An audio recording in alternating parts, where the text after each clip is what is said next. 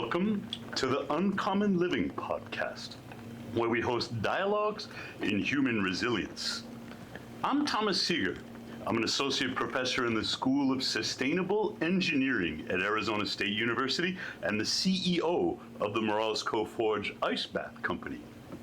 In today's episode, I deliver a lecture to a group of Wim Hof instructors led by Miles Lukas. I talk about the way that cold plunge therapy can help boost sex hormone levels, including testosterone. And I think what you might value most is some of the advanced questions that I get from our group of Wim Hof Method certified instructors that come at the end of this episode. I met Wim in November, and I can't remember whether Maeve was already born. I think she was. Here's Wim. He looks good. He's not having a problem with reproductive health. And you might think that people get the idea that cold plunge therapy is a good thing for your health. The problem is social media. So here's a couple of headlines for you. New study finds ice baths do more harm than good. That new study is now 6 years old. And here's, a Reddit headline. Maybe now people will stop with the stupid ice baths. This is Stacy Sims. Stacy Sims is a doctorate. She's working in New Zealand. She wrote a book called Roar. She advises super, ultra, like triple marathon women in how to do these incredible feats of duration. She's also been on Huberman. She's been on Stephen Bartlett's Diary of a CEO. And what really put her over the top was Mel Robbins. Mel Robbins has the most popular book on Amazon right now. And Mel Robbins is a Morosco customer. But when Stacy Sims went on the Mel Robbins and said, I don't really like ice baths for women, Mel said, thank you for finally saying it.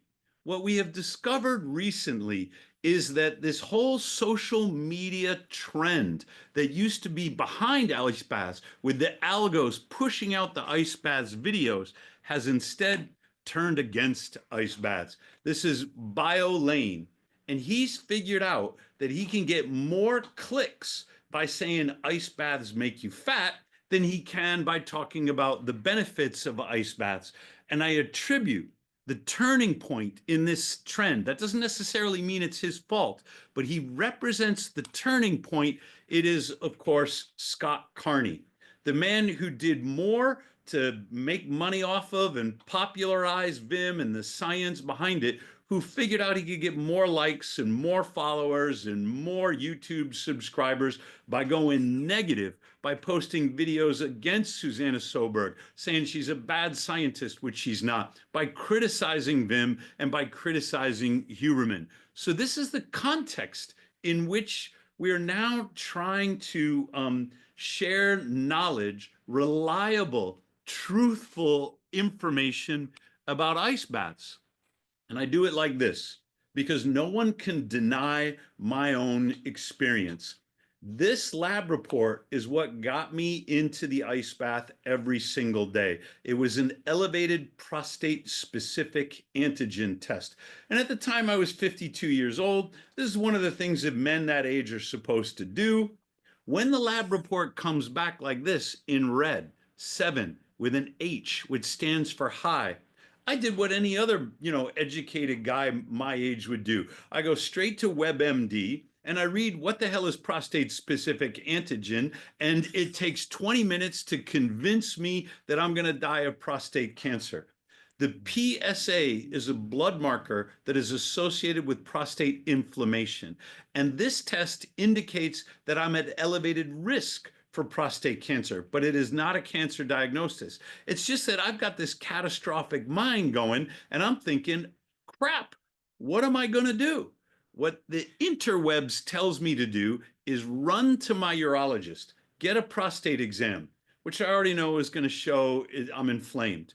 then get a biopsy where they go in and they remove several samples of tissue from my prostate, which is very painful and can have adverse effects. Then, when the biopsy comes back, the rate of false positives is very high. So you get some kind of ambiguous information about whether you have cancer or not. And then your urologist recommends that, at least as a precautionary measure, you should have your prostate removed in a procedure that's called prostatectomy. I didn't want any of that. The men that I talked to, they were telling me about what happened to them. And one of my best friends, who is younger than me, went through that whole sequence of events, got his prostatectomy, and explained to me that he will never have an erection for the rest of his life. So I was facing this choice in my imagination between death from prostate cancer or a lifetime of erectile dysfunction, and I chose death by prostate cancer, because I'll be damned. I was separated from my wife, and I was thinking, no woman will ever love me if I can't ever get it up again. I am going to find some way to treat my own prostate inflammation without going to that urologist. I didn't tell my daughter, I didn't tell my son, I didn't tell, the wife from which I was estranged. We eventually got divorced because I was afraid my daughter was going to talk me out of it. I was afraid she was going to say, "No, Dad, I want you to go to the doctor. Please do everything you can, whatever the doctor tells you to do." I had in my head I was going to do ice baths every day. I was going to do ketogenic diet. I was going to treat this inflammation myself. It took me 4 months before I could go back to the lab, have more blood drawn. I wrote a book about it. You can buy it on Amazon, but here's your spoiler alert. It worked. When I retested 4 months later, I dropped down to 1.8. And you can see that the reference range, anything less than 4 nanograms per milliliter, you're not considered elevated risk for cancer. I've kind of got a clear bill of health, but I still also have this conscience. I kept up with the ice baths because I didn't get there to be tough. I didn't get there to kill my inner bitch. I got in there every day because I was afraid I was going to die. And one test like this wasn't sufficient to convince me. So I tested again about 4 weeks later. I went down a little further to 1.1. And in that subsequent test, I went for the whole male health panel. One of the things they test when you do that is testosterone. Before I started doing ice baths every day, I was in the mid 700s, like 770 nanograms per deciliter, which any endocrinologist would say was super healthy for a 52-year-old sedentary fat college professor. They'd say, "Professor Seager, you're doing great." But after I did ice baths every day, I jumped up to 1180. And you're going to see on my labs, it's in red. And it has an H, which stands for high. The reference range tops out at 1100 nanograms per deciliter. I'm running around at the age of 53 with the total testosterone levels of an oversexed 19-year-old. That's kind of interesting. By this time, I'm like, I'll go see the urologist. He'll be proud of me. He'll say, "Congratulations, you figured it out. You're doing great. You're so healthy." But that's not what happened at all. When I finally went to the appointment, he didn't care about my PSA, and he certainly didn't congratulate me on avoiding a biopsy and a prostatectomy. He said to himself, "I think this guy's juicing."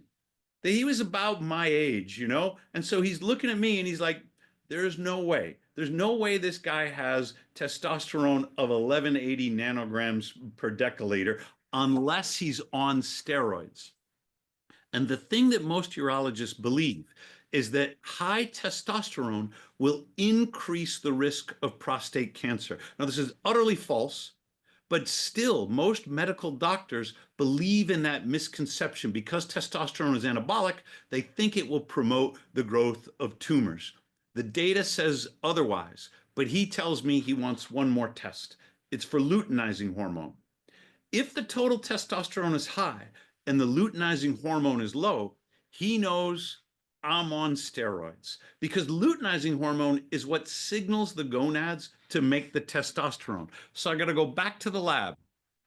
8.9 in red with an H. I'm totally natural. My luteinizing hormone is off the charts. There has something has happened to my body as the result of daily ice bath practice. The way I was doing it wasn't because, I wanted to recover from a big workout or because I run track or something like this. The way I was doing it was to get in there to reduce inflammation.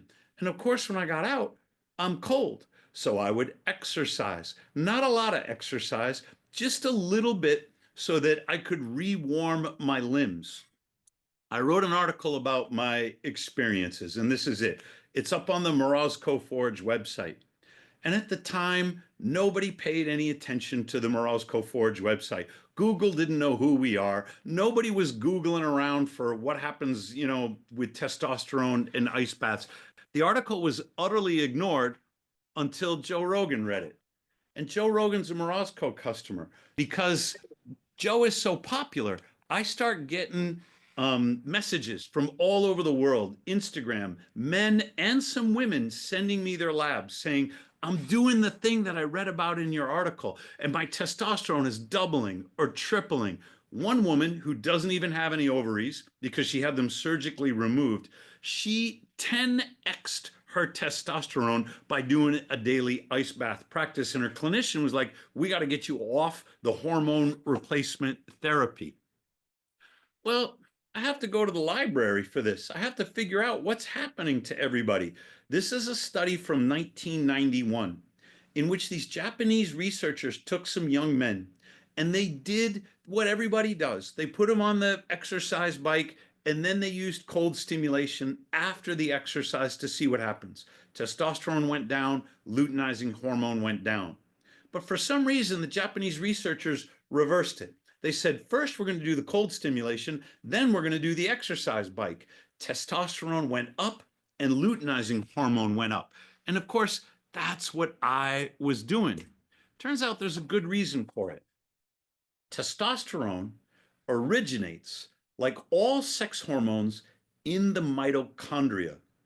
Cholesterol is the metabolic substrate from which all of your sex hormones are synthesized. If you go on a statin to reduce your cholesterol to ridiculous levels, it's going to hurt your sex hormones. That cholesterol has to come into the inner mitochondrial membrane. So it has to pass through the cell membrane. It has to pass through the mitochondrial membrane. It has to get to the inner membrane. And there it meets an enzyme called P450-SCC that cleaves off a hydrocarbon chain and creates a sex steroid called pregnenolone. And pregnenolone is further metabolized into all of the other sex steroids, including testosterone. You can see the molecular similarity between them. The point is that if your mitochondria are damaged or dysfunctional, or you don't have enough mitochondria, then your testosterone and all other sex hormone synthesis will be impaired. There is nothing better than a cold plunge to stimulate mitobiogenesis. This is true of men and it's true of women. But the mechanisms of testosterone synthesis are a little bit different. In a man, it happens in the testicles. And the man must exercise afterwards to get the testosterone benefit. In a woman, it doesn't. Women create testosterone in 3 different organs of the body: the ovaries, the skin cells, the adrenal glands, and the fat cells. Even if a woman doesn't have any ovaries, there are still 3 other organs that can synthesize testosterone with their mitochondria. And the best way to stimulate the skin, the fat, and the adrenals is an ice bath. So a cold bath or a cold plunge therapy can boost testosterone in both men and women. The principal difference is that it looks like the men need to exercise afterwards and the women don't have to do this. This is true of cryotherapy just as much as it is true of an ice bath or cold plunge therapy. There's only one study of this, and this is a comparison of undergraduates who are using what's called the cold pressor test. This is one, usually the non-dominant hand, inside a bowl of ice water. This activates the nervous system response. If there's any brown fat in the body, it will activate that too. And these researchers measured saliva testosterone. And this is where they found a big change as a result of the cold stimulation in the women that they did not observe in the men. Why would a woman want higher testosterone levels? The single greatest reason for prescribing testosterone to women is a loss of libido, a loss of sexual interest, because testosterone is the lust hormone. So now that you understand sort of the scientific mechanisms and the clinical reasons why testosterone is a good thing, I've accumulated all these case studies, and these are well-documented people with their blood labs who are under the supervision of doctors, people who have reported to me what they do, men and women, and what happened to their testosterone. And I've put this in my book. I've even put negative case studies in the book, people who did cold plunge therapy or ice baths on a regular basis and did not see a boost. And why not? Either they were on medication that would impact, that is, impair their testosterone synthesis, or one guy was on TRT for 3 years.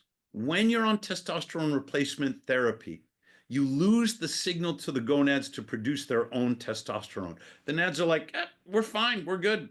And they will atrophy. It remains to be seen, because he wanted to get off the juice, it remains to be seen whether he can bring his testicles back online and restore their function. I think he probably can, but we'll see.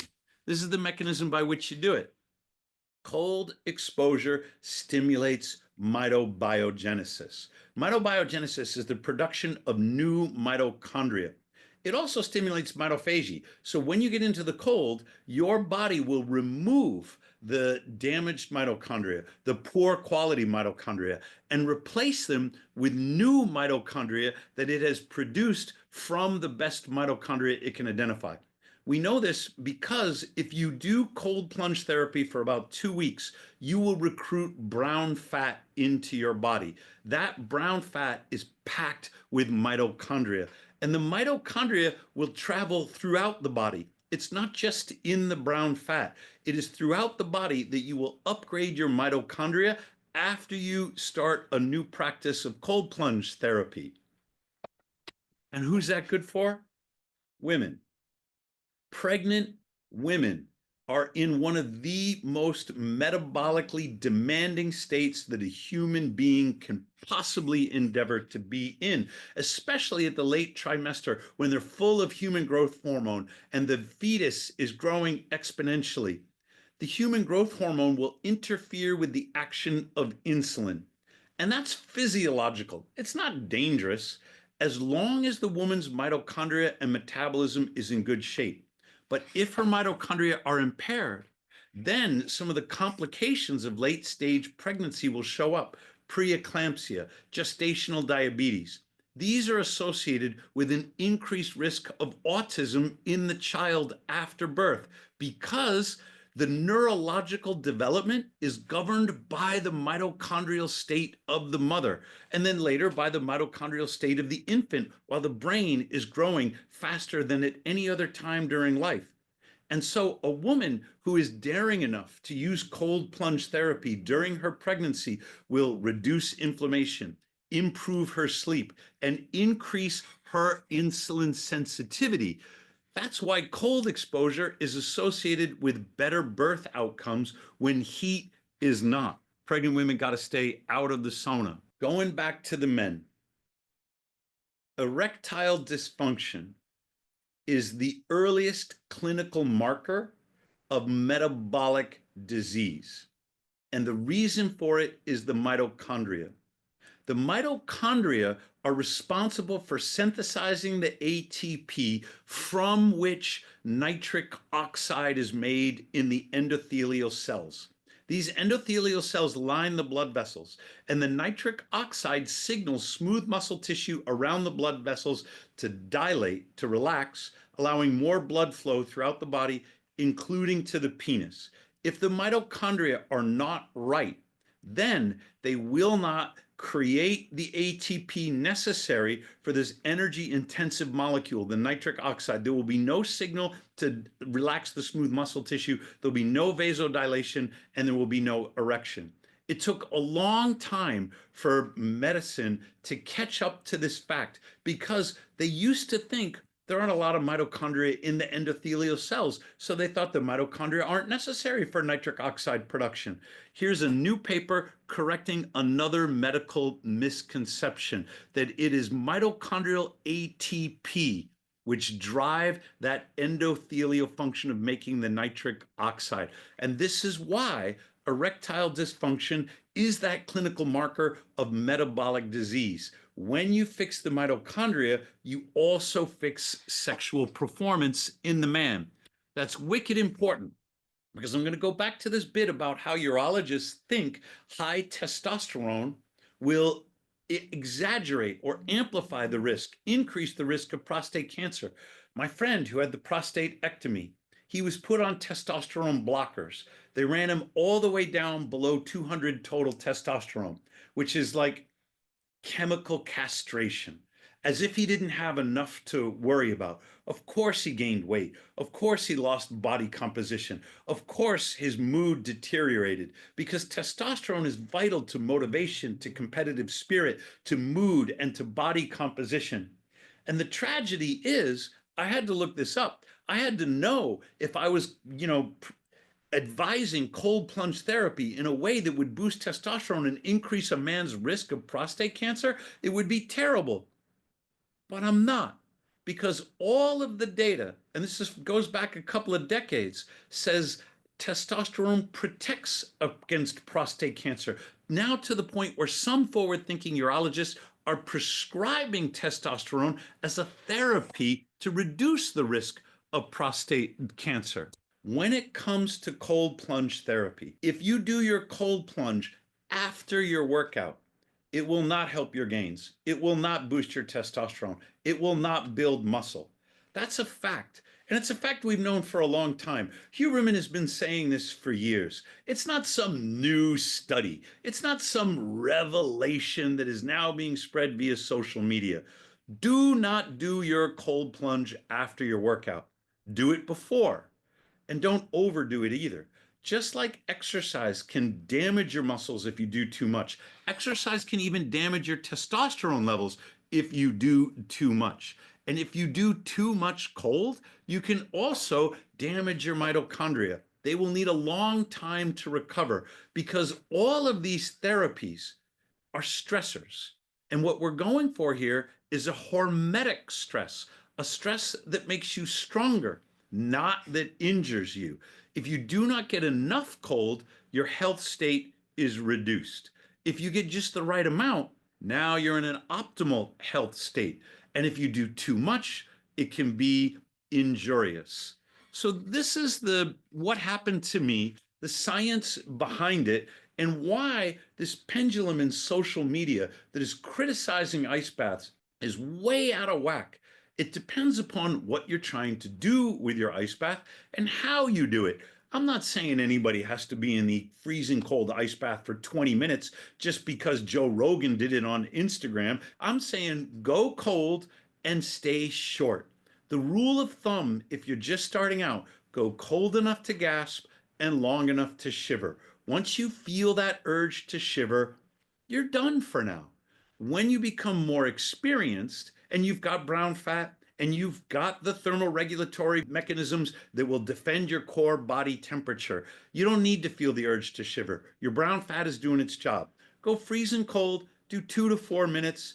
You're good. You don't need to impress anybody else on the interwebs. You might have questions. Hey, Tom, it's good to see you again, by the way. My wife's currently pregnant. She's in her first trimester. She's not an avid cold plunger. Is it still safe for her to do? How far along is she? I'm assuming that she's a couple of months into it. Yeah, she's about 12 weeks. Yeah, it's safe. Okay. Again, there's no need to overdo it. So I'm going to say the one caveat: if you are trying to conceive, and I get a lot of good, messages on Instagram or Twitter saying, "Oh my God, I'm 42 years old. I started doing ice baths. Now we have a surprise." And I'm like, congratulations, because the metabolic health of the mother is critically important to conception and to nurturing. When it's a single cell, it's a zygote, and then it turns into a fetus. But if you're trying to conceive, you might want to stop right around ovulation. It is okay for a woman to take a break. The reason is there's an immune system response when you get into the cold. It will increase your natural killer cells, just as an example. And when you want that zygote to implant into the uterine wall, you don't want an overactive immune system. It's okay to take a break around ovulation if you're trying to conceive. And if you pee on that stick and it comes up positive, you doesn't mean you're going into metabolic dysregulation. You can give it a month if you want to. It's in the late trimester when the ankles are swollen, when the woman is losing her energy, when she's having trouble sleeping, which is terrible for gestation. That's when the benefits are the greatest. So I get that your wife is not like totally into it. It will be important, just as a matter of her having the courage and establishing the habit so that she's not afraid to do it later on. Warm it up a little for her, Adam. Get her used to it, and you can step her down as her pregnancy advances into the more metabolically demanding stages. Keep her out of the sauna. After she gives birth, she's going to want to breastfeed. And there's some mythology about Chinese medicine or some nonsense like this that says you have to keep the womb warm for the baby. Look, the womb is incredibly well insulated. You know, the child is not even going to feel the cold. But part of that mythology is also about breastfeeding, that maybe some women are worried the milk won't flow if they get cold and they experience that vasoconstriction. No woman has ever reported this to me. Every woman who's ever told me about her experience says they don't have any problem with their milk coming in. But if they are concerned, sauna is okay after childbirth, but not during pregnancy. And the sauna will get you that vasodilation, improved blood flow, and perhaps, especially if there's a psychological effect, perhaps that will just don't bring the baby in there, but perhaps that will give the woman more confidence in her breastfeeding. Obviously it's common sense here, but if you cold plunge, then you work out, the after drop, the timing. I do my burpees in the morning, 100 for my daughter. I cold plunge. So what would work for me is the cold plunge, do my burpees, get my workout in. But obviously, how do you balance after drop with that? Thank you.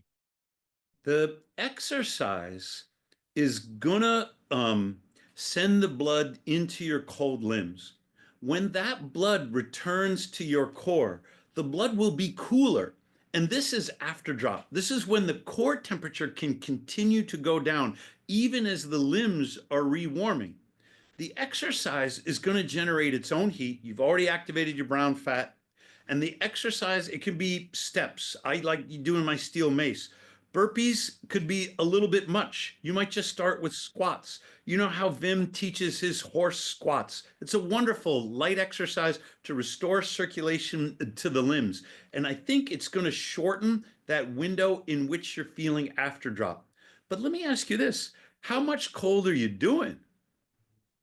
Oh, I anywhere from 30 seconds to a minute and a half. I'm not a killer. I'll just Okay. get in the tub and get out. But I would say 45 degrees ish for a minute and a half. And are you still feeling after drop? If you're doing 45 degrees for, say, a minute and a half, is after drop a phenomena that you consistently experience? No, I haven't had real issues with it, but I want to ramp up and take your advice and do the working out after the cold plunge. That's all.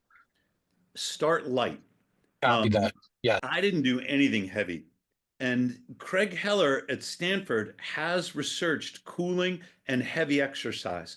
And what he found in professional athletes, by professional, I mean the 49ers, what he found was that there was almost no fatigue. These guys could do dips and then cool and do more dips and then cool, and they'd be up to 100 dips. And Heller would be like, you know what? I think we've proven our point. He took his graduate students, so these are untrained athletes, and they could do maybe 4 or 5 pull-ups. And after cooling, they could do 12 pull-ups. Everybody was setting these incredible personal bests. But the way I did it, that worked for my testosterone, was to go really light. I had a guy from Massachusetts in his mid 60s. He said he jumped in the pond and then he would like soccer mom home. He got his total testosterone up over 1200. It doesn't take a lot of workout if what you're going for is the hormones. If what you're going for is You want the hypertrophy. You want the muscle gains. Start light and then gradually work your way up is a good way to experiment and see if that works for you. I was wondering, piggybacking off of Randall's question or some of the comments made on pregnancy, and regarding insulin resistance and metabolic health, is there research that has been done on this, like in making this connection, or is it more theoretical? Or I was just wondering if you could expand upon that a bit more. A ton of research. There's almost 600 scientific citations in my Uncommon Cold book. There's way more research than people are given credit for. One of the things that Stacy Sims said, it was either Mel Robbins or Stephen Bartlett, said, well, there's not a lot of research on women. Comparatively, she has a point. Most of the testosterone research is on male athletes. The Italian rugby team, for some reason, does a lot of cryostimulation and they take a lot of blood samples. Or when a university faculty member wants to study cold and testosterone, he usually grabs like the football team or something like that. It's on men.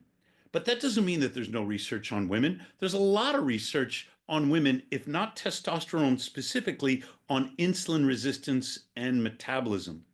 It's not Stacy Sims' field of research. She's researching these female ultra athletes, and I am in no position to criticize her. If she's writing up a meal plan for your 100-mile run, I'm saying go with it. But she doesn't do research, her own original research in the area of cold. She talks to people, though, at the University of Adelaide, where they have a study going on right now on cold and endometriosis. And Stacy is aware that cold plunge therapy will resolve endometriosis, which results in very painful periods. So this is when the cells that would ordinarily line the inside of the uterus are beginning to grow outside of the uterus, and it is debilitating.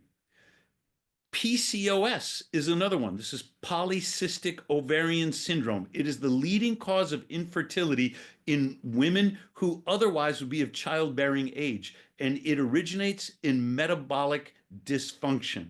Cold plunge will resolve endometriosis and PCOS. There's plenty enough research to have confidence in the benefits of cold plunge for women. And so, of course, I did a response video for people who are watching Stacy. One of the biggest ones is mood. If you look at the comments underneath these Instagram posts, they fall into two categories. The first category is women who are saying, I don't understand. How could ice baths be bad? I feel like they saved my life. I was having trouble conceiving and then I had a child. Or I was depressed and now I'm in a good mood. Ice baths have been terrific for me. How could they be not good? That's one comment. And the other comments read like this. I knew it. That's why I'll never do an ice bath ever in my life, because I've always known they were bad for me and I never tried one. There's something about this social media mood where everybody's clicking on anti-ice baths that is gratifying to the people who don't want to do them because they don't want to be uncomfortable. If a cucumber facial and a mimosa brunch was going to cure cancer, I would be writing articles about that. And it doesn't. Instead, I write articles about metabolic disease and how cold plunge therapy will improve cancer treatment outcomes because cancer is a metabolic disorder. There's a lot of data. There's still some things we don't understand. There's still a lot of room for more. But if you want to hear from the foremost scientist, listen to my podcast with a man from the University of Sherbrooke in Quebec. I do a bad job with his name because it's French. Denis Blondet, which, in America sounds like Dennis Blondin. He's the world's foremost expert on cold activation of brown fat. And he's the one who'll say, well, there's this thing we don't know, there's this thing we don't know, and a whole list of things that we do. I know Stacy Sims personally. I met her in New Zealand, then she came to Denver as well. I've done all her courses, and I just want to clarify something and maybe see your opinion about it. Stacy never said cold is bad for women. She has a course, by the way. She did her studies on cold and hot on women, because she's a huge female health advocate. And I did the course. It's very interesting because you were talking about vasodilation and that actually it's good to do it before exercise. There is a sex difference between men and women on the way we vasodilate, as per Stacy Sims. I'm not a doctor, but I do female health a lot. So what she's saying is actually for women, you can do it after sport because we vasodilate on the extremities. And when you go into cold, that blood goes back into the core and actually does help recovery. What she's trying to say, I think on more like general public, not if you really get into it more deeply with her courses, is that it's not do it or not, it's that women actually can shiver much higher temperature, so they don't need as much cold as a man might. And as women go through different stages of their hormonal cycle on a 28 basis, I'm menopausal now, so I'm kind of like a different category, but they can feel and they can experience that cold. And again, if we are just talking about the cold on a physiological level is one thing, but if we talk about the cold on a mental level, then it's a different thing because the cold also affects how we perceive stress and how we act when we are under stress. So I'm an instructor too, and I'm a woman, and there are days when I would do not as cold, and there are days I can stay for 15 minutes in zero temperature. So women are a little bit more fluctuators. They're not that stable as a man. They don't go on 24-hour cycle, they go on 28-day cycle. So it's a little bit different, and that's the nuance. She's a super advocate. She swims in the ocean in New Albina, you Zealand. bring I up can so many promise good you. points. I'm going to interrupt you so that I can Yes, remember them all. The yes, first one is, I agree. Stacy Sims didn't tell Huberman that she doesn't like cold for women. She didn't tell Mel Robbins she doesn't like yeah. cold for women. She didn't tell Stephen Bartlett that cold is a bad idea for women. But every single Instagram clip, ice baths don't work. Ice baths bad for women. Stacy Sims says women shouldn't do ice baths. The way that these were clipped and put out on social media would give you the wrong impression of what she's actually saying. So I'm agreeing with you, and I'm pointing out not about what Stacy Sims has actually said, but about the mood that we're facing now in the marketplace. One message is rewarded and oversimplified and exaggerated, and the other messages are suppressed and muted. And we want people to hear the other message. We don't want the benefits to get lost in the conversation. The point that Stacy makes about women shivering at higher temperatures is based upon a study done by friends of mine at the Lithuanian Sports University. And of course, it was done on Lithuanian men and women. And so here's what we know about the study. If you take men and women in Lithuania who are naive to cold plunge, they haven't done any cryostimulation, they don't have any history of it, and then you bring them into Marius Brasidas' lab, and Rima Solanik, his advisee, who's now got a PhD of her own, tests their response and looks for their urge to shiver. As a group, the women in Lithuania will begin shivering at warmer temperatures than the men. And there's a lot of overlap in these data plots. The question is, what does this tell us? Now, Stacy might allow you to believe that there's some intrinsic biological difference between men and women, which causes women to be more sensitive to cold. I've already said men and women and their sex hormones are different, and this should be obvious to us that there are differences between men and women. And I agree with you that the 28-day cycle, men and women are both on a 24-hour cycle, but women have this 28-day cycle that men don't experience in the same way. Of course, there are physiological differences, but one of the things that Stacy puts in her book, Roar, is that the same thing that they observed in Lithuania about cold is also true of exercise. By and large, women are in a less trained state when it comes to exercise and to cold. And those women who are less trained going into a study will respond to that training faster than the men. That is, if the women keep up with it, they catch up to the men. when it comes to the urge to shiver, there is no biological intrinsic difference between the sexes that explains those data plots. Women actually have more subcutaneous fat than men do. Women actually have better thermal regulatory mechanisms than men do. But the men in Lithuania have more cold exposure in their jobs. As a population, they are working as garbage men, or they're working as, I don't know, lumberjacks or whatever they do in Lithuania. They have more cold training accidentally through their occupation or their lifestyle than the women do. So another way that Stacy has been misinterpreted is to think that her gender or her sex is more important than her state of training. When it comes to exercise, Sims knows this is not the case. There is nothing more important than your N=1 state of training.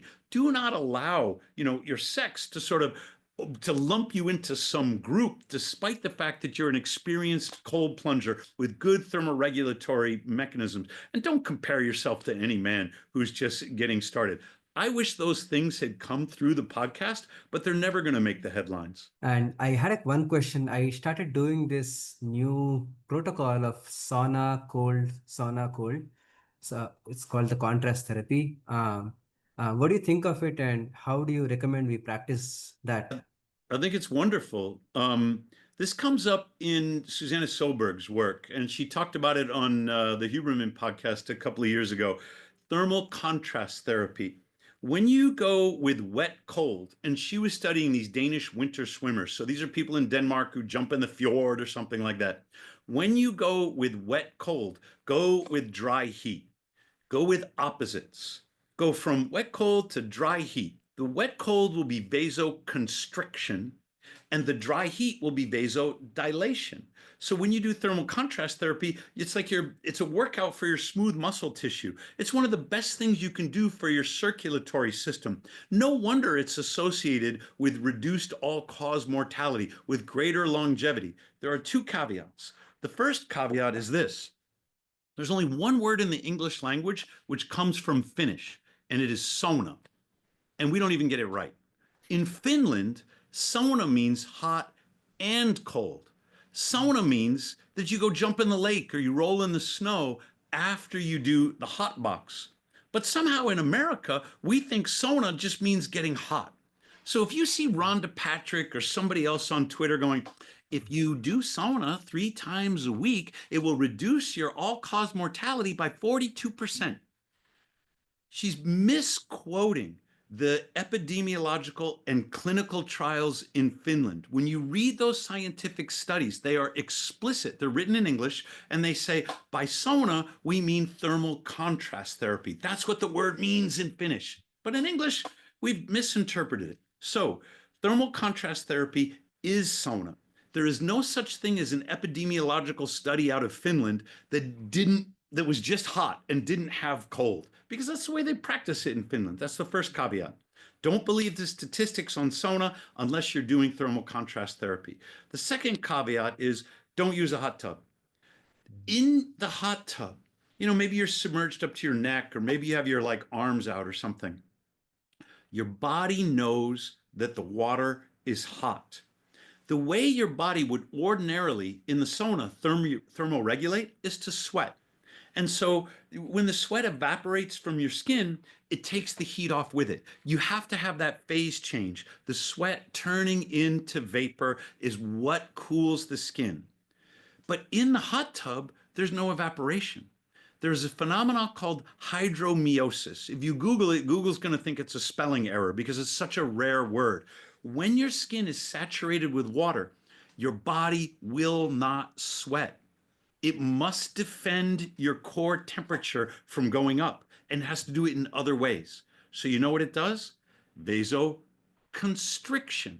It will reduce the flow of blood to the hot, wet skin to reduce the amount of heat that is extracted from the water and into your body to keep your core temperature cool. If you're going to do thermal contrast therapy, stay the heck out of the hot tub, because you will do vasoconstriction in the ice bath, and then you will do vasoconstriction all over again in the hot tub. That's not a smooth muscle workout. That's a smooth muscle spasm. So keep going back and forth between the cold and the sauna. Now, Soberg says to Huberman, end on cold. But keep in mind that she's looking for weight loss or body composition. If you end on cold, then you must re-warm yourself metabolically. And you're going to burn a lot of calories and you're going to make ketones and you're going to feel good about that. But cold plunge is not a good way to lose weight.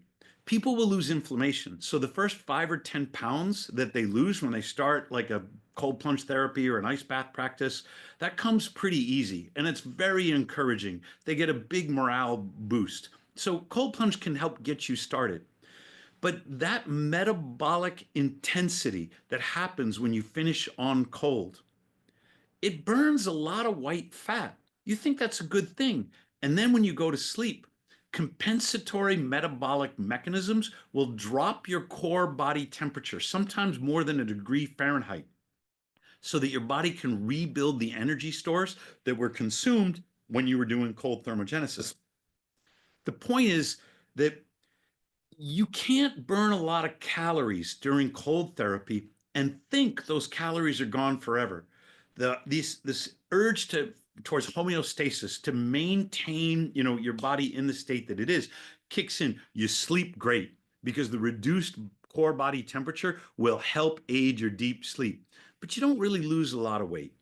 End however you want to end. If you're comfortable with the weight that you're at, if you're comfortable with the ketone levels that you're at, and there's some good evidence that if you're going to do exercise, like cold exercise, you should end on sauna for recovery. Albina brought up an interesting point about how cold plunging can be beneficial for women after working out. And this is something I actually get asked about in my workshops quite a bit, but I haven't done a lot of investigation on. But given her comment and also what you said in regards to it's not good for building muscle mass, it sounds like it depends on what your goals would be with the cold plunge after your workout. I But agree. could you comment or elaborate on that a bit more? There are some athletes who are in multi-day or multi-stage sports. I'm most familiar with the male athletes. So let's take tennis. You're going to do the US Open. It's summertime. It's humid. And you have, this match. And then you got to get ready again for the next match. Golf is similar, even if it doesn't seem as strenuous. Or the Tour de France. If what you want to do is get back into performance condition as fast as possible, do that ice bath after the strenuous exercise. So if I were advising, I don't have any tennis players who are active on the tour who have asked me for advice. But if I were advising them, I'd say, get into that locker room, get into that trailer after your match, and get into that ice bath. Because they're not going for hypertrophy. They're going for competition. Do the pre-cooling so that you are in your peak power and greatest endurance state. And then do the ice bath after your performance to reduce that delayed onset muscle soreness, to increase your freedom of motion, to get yourself back in shape to compete the next day. With football, it's different. With football, you get 6 days.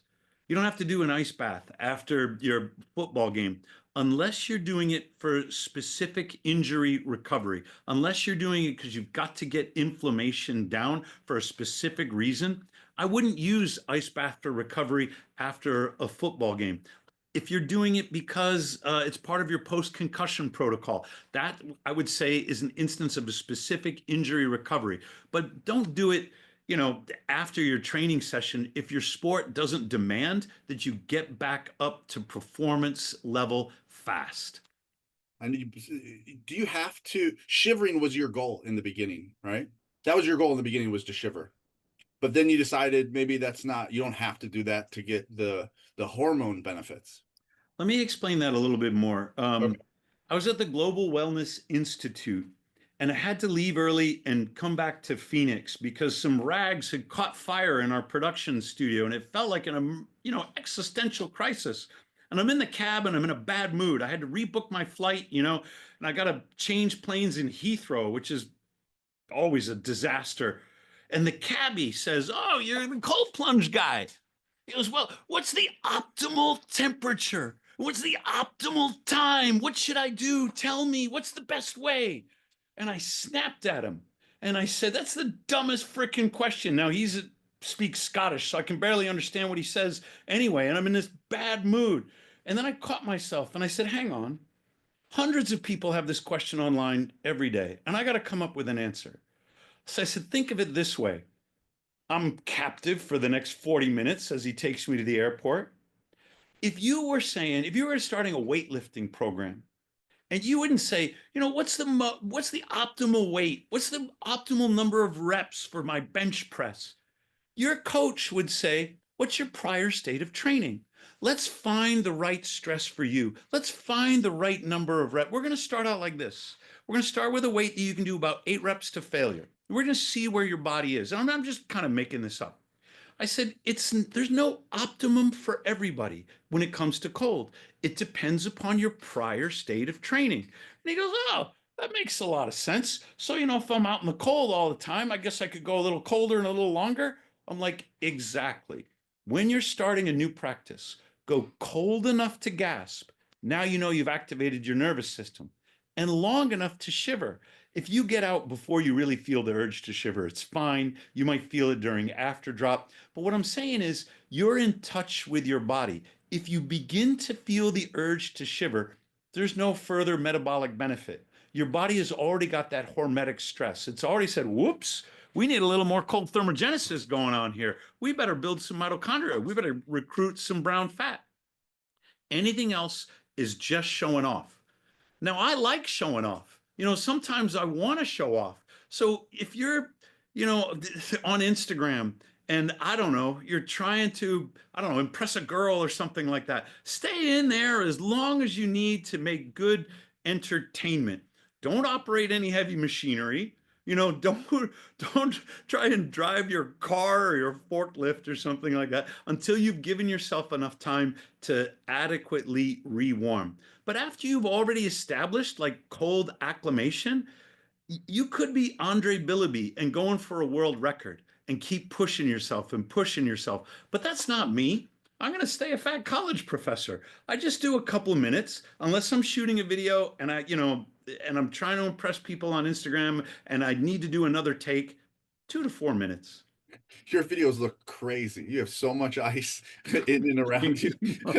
Yeah, I thought your just body is numb all the time, is what I figured. I was like, I have no idea.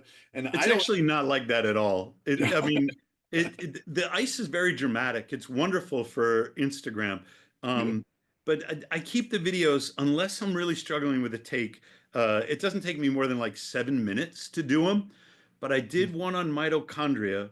It was 22 minutes it took to get that thing. And my brain wasn't working right by the end. I just had to be like, cut, that's all I got, Well, you really scared me because we teach how to not shiver from cold exposure. I mean, that's one that, we use interthoracic pressure and breath and stuff. And so I don't like to shiver at all, and I rarely get there.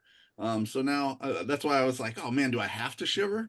But yeah, no, you inspired me. No, as a matter of fact, you suppressing that urge to shiver, Yeah. there might be a meditative process and a physiological process. It's fine. You're making your brown fat work harder. So you might go in there and say, what I really want is to maximize the metabolic action in my brown fat.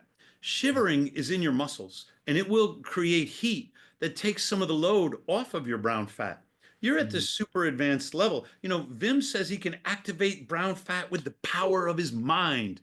And I believe him. If you want to be one of those monks, on top of Mount Kilimanjaro, it's like snowing all over himself and he's melting the snow with the heat of his body, then do it exactly the way you're doing it. Far be it from me to talk you out of it. I think everyone on this call has actually probably done that. Sat in some snow somewhere, and yeah, you're in an awesome group. Wim Hof instructors are the most incredible people.